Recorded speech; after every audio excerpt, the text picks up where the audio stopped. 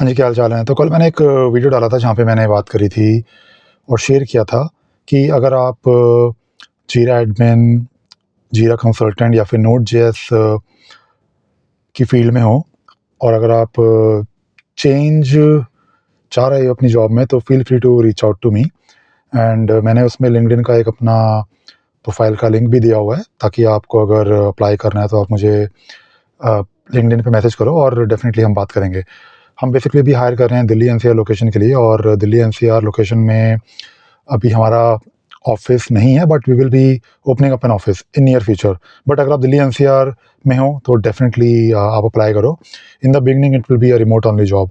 तो चलो इस वीडियो के अभी टॉपिक पे आते हैं, और मैंने सोचा कि आज के वीडियो में हम बात करें कि अ, अगर आप जैसे अप्लाई कर रहे हो किसी जॉब के लिए, ठीक है? तो मैंने पहले एक वीडियो बनाया था जहाँ पे मैंने बात करी थी कि कुछ चीज़ें ऐसी होती हैं जो आपको इनिशियली, जब आप किसी जॉब के लिए अप्लाई करते हो, जब आप इंटरव्यू के लिए प्रिपेयर करते हो, जब आप इंटरव्यू देते हो, तो मैंने काफ़ी सारी ऐसी चीज़ें डिस्कस करी थी पहले और शेयर करी थी, जो आपकी हेल्प करेगी कि रिज़्यूम का फॉर्मेट कैसा होना चाहिए, प्रोफेशनल अप्रोच होनी चाहिए जब आप किसी से एंगेज कर रहे हो, और अगर आप इंटरव्यू के लिए जा रहे हो तो आप मीटिंग का जो आपको मीटिंग इनवाइट आता है इंटरव्यू का, उसको या तो आप एक्सेप्ट करो, या फिर अगर आपको टाइम सूट नहीं करता तो आप उसको अपने जो एचआर है, जिसने आपको मेल करी है, जो रिक्रूटर है, उसको आप बोलो कि हाँ, मैं अवेलेबल नहीं हूँ। और जब आप इंटरव्यू दे रहे हो, तो आप अपना कैमरा ऑन रखो और try to be professional, try to show that you are eager for this job and you have done some homework. मतलब जब आप किसी जॉब के लिए अप्लाई करते हो, तो बेसिकली आपको थोड़ी बहुत ना रिसर्च करनी होती है, और यही आज का टॉपिक है इस वीडियो का। अगर आप किसी जॉब के लिए अप्लाई कर रहे हो, ठीक है? जैसे आपने अप्लाई किया, फॉर एग्ज़ाम्पल मैं अगर अपनी बात करूँ, जीरा एडमिन रोल के लिए, ठीक है? और आप ऑलरेडी जीरा एडमिनिस्ट्रेटर हो, ठीक है? जब आप किसी जॉब के लिए अप्लाई करते हो, तो ऑब्वियसली आप तभी अप्लाई करोगे ना जब आप उस पर्टिकुलर जॉब डिस्क्रिप्शन में फिट होते हो, और उस पर्टिकुलर अ, जॉब डिस्क्रिप्शन, एक्सपीरियंस लेवल से आपका प्रोफाइल मैच होता है। बट जब आप इंटरव्यू में जाते हो ना, तो आप ये आप एक्सपेक्ट मत करो कि आप सिर्फ़ और सिर्फ़ उस रोल से रिलेटेड ही बातें करोगे।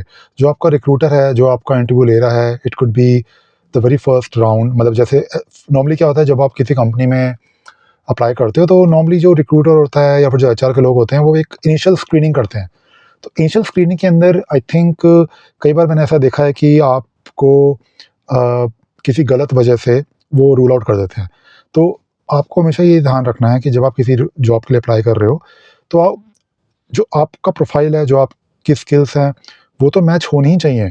बट उसके अलावा आप थोड़ा-सा, जिस कंपनी में आप अप्लाई कर रहे हो, जिस रोल के लिए आप अप्लाई कर रहे हो, और कई बार ऐसा होता है कि जब आप किसी जॉब डिस्क्रिप्शन को देखोगे ना, तो आपको ये बता दिया जाता है कि हाँ, you will be working in this team, या फिर you will be working in this department. तो अपनी तरफ से आप ना जितनी रिसर्च कर सकते हो करो, क्योंकि ये जो रिसर्च होती है ना, ये आपकी बहुत ज़्यादा हेल्प करेगी।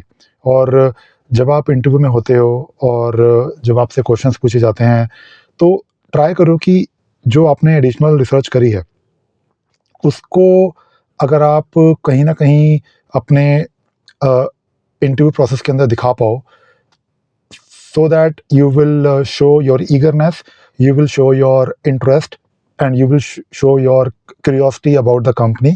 तो क्वेश्चंस ऐसे पूछो अपने रिक्रूटर से, या फिर जो भी वो क्वेश्चंस आपसे पूछते हैं, उसके अंदर जो आपका आपका रिप्लाई होता है, उसके अंदर थोड़े बहुत अपने ऐसे पॉइंट्स ऐड कर दो कि हाँ, आप अगर किसी फॉर एग्जांपल टेलीकॉम कंपनी में जॉब कर रहे हो, और आपने अप्लाई किया है किसी बैंकिंग इंडस्ट्री में, ठीक है? Basically it's a totally different industry, और स्किल सेट और रोल सेम हो सकता है, बट वो इंडस्ट्री अगर अलग है, तो आप देखो और आप बताने की कोशिश करो कि हाँ, कि आपका एक्सपीरियंस जो टेलीकॉम इंडस्ट्री में था, वो बैंकिंग में कैसे काम आ सकता है। आप उनको ये बोल सकते हो अपने पोटेंशियल एम्प्लॉयर को या फिर रिक्रूटर को कि ठीक है, मेरा एक्सपीरियंस तो है टेलीकॉम का, बट मैंने टेलीकॉम के अंदर पेमेंट सिस्टम में काम किया है, और जहाँ पे पेमेंट सिस्टम आ जाता है, वहाँ पे लोगों के पैसे इन्वॉल्व हो जाते हैं, तो वहाँ पे कंप्लायंस है, सिक्योरिटी एंड बहुत ही ज़्यादा स्क्रूटनी होती है काम को लेके।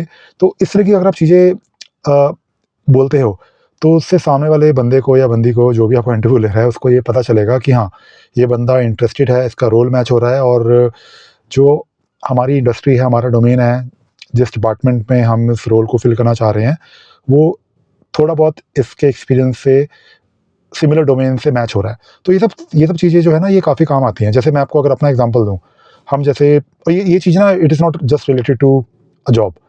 अगर आप बिज़नेस भी कर रहे हो ना, तो ये सब भी काम आता है। जैसे मैं अगर अपनी बात करूँ, तो अपनी कंपनी की बात करूँ स्पार्क्सिस की, तो हमने काफ़ी काम किया है एजुकेशन इंडस्ट्री में। हमने काफ़ी काम किया है बैंकिंग में तो काफ़ी ज़्यादा किया है, ठीक है? मैंने काफ़ी बैंकिंग इंडस्ट्री में, मतलब एक्चुअल बैंक्स में काम किया है।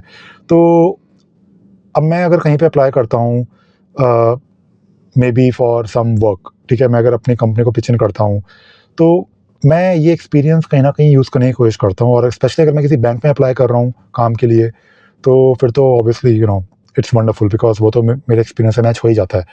और कुछ चीज़ें ऐसी होती हैं जो विद टाइम आ जाती हैं। मैं ये चीज़ें आपको जो बता रहा हूँ ना, ये ऑब्वियसली अगर आपके पास 25 साल का एक्सपीरियंस है, मैं अगर अपनी बात करूँ, तो हमारी कंपनी ने और पर्सनली मैंने पिछले 25 सालों में बैंक में भी काम किया है, टेलीकॉम इंडस्ट्री में भी काम किया है, एजुकेशन सेक्टर में भी काम किया है, यूनिवर्सिटीज़ के साथ भी काम किया है, ठीक है? अलग-अलग बिज़नेसेस के साथ भी काम किया है। तो वो ऑब्वियसली बिकॉज़ हम इंडस्ट्री में इतने सालों से हैं, फॉर ऑलमोस्ट 3 डेकेड्स नाउ, और इतने लंबे टाइम अगर आप किसी कंपनी में और किसी इंडस्ट्री में काम करते हो, तो आपको एक्सपीरियंस आ जाएगा। बट इनिशियली आपको ऑब्वियसली थोड़ी बहुत extra beyond your field of work आपको रिसर्च करनी पड़ेगी, और अगर आप किसी कंपनी में अप्लाई कर रहे हो, तो आप ये देखो कि वो कंपनी क्या करती है। नंबर 1, उसकी वेबसाइट पे जाओ, उसकी लोकेशंस पे जाओ, ये देखो कि उस कंपनी का ऑफ़िस कहाँ-कहाँ पे है, ठीक है?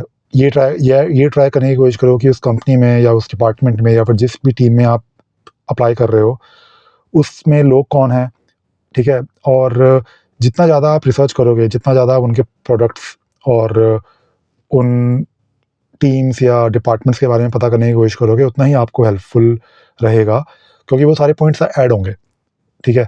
आपके प्रोसेस में। क्योंकि जब भी कोई आपका इंटरव्यू लेता है, तो वो ये सब नहीं देखता कि ठीक है, इसको जीरा आता है, इसने जीरा एडमिनिस्ट्रेशन किया हुआ है, all good. They are always looking for something additional. They are always looking for something more interesting about you, ठीक है? और ये क्वेश्चन मैं नॉर्मली लोगों से पूछता हूँ कि आप अपनी जॉब चेंज क्यों करना चाहते हो? तो बहुत ही कम मुझे कन्विंसिंग आंसर मिलते हैं, व्हिच इज़ फाइन, क्योंकि उसका रीज़न ये होता है अ, कि जब आप अपनी जॉब चेंज करते हो, तो in almost all the cases you are looking for better salary, या फिर आप लर्न करना चाह रहे हो, आप अपनी कंपनी से बोर हो गए हो, बट वो थोड़ा कन्विंसिंग नहीं लगता, क्योंकि इट इज़ वेरी ऑब्वियस।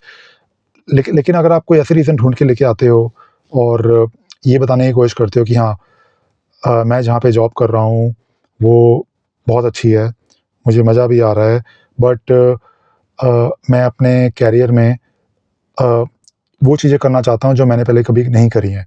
जो मुझे एक्सपीरियंस था पहले, मैं उसको लेके उसके ऊपर बिल्ड अप करके I want to basically do more, ठीक है? तो इस तरह की जो चीज़ें होती हैं, अगर आप उसको थोड़ा-सा भी रिफ्रेश करते हो ना, तो इससे क्या होता है कि जो आपका पोटेंशियल एम्प्लॉयर है, जो रिक्रूटर है, वो बेसिकली खुश होगा और उसको अच्छा लगेगा कि हाँ, ये जो बंदा अप्लाई कर रहा है, this one is really exciting, this person is really keen to join our company, ठीक है? तो बट मेरा मेन पॉइंट था इस वीडियो को बनाने का कि आप थोड़ा-सा होमवर्क करो अपने पोटेंशियल एम्प्लॉयर और जहाँ पे भी अप्लाई कर रहे हो, उस जॉब, उस कंपनी, उस टीम के बारे में।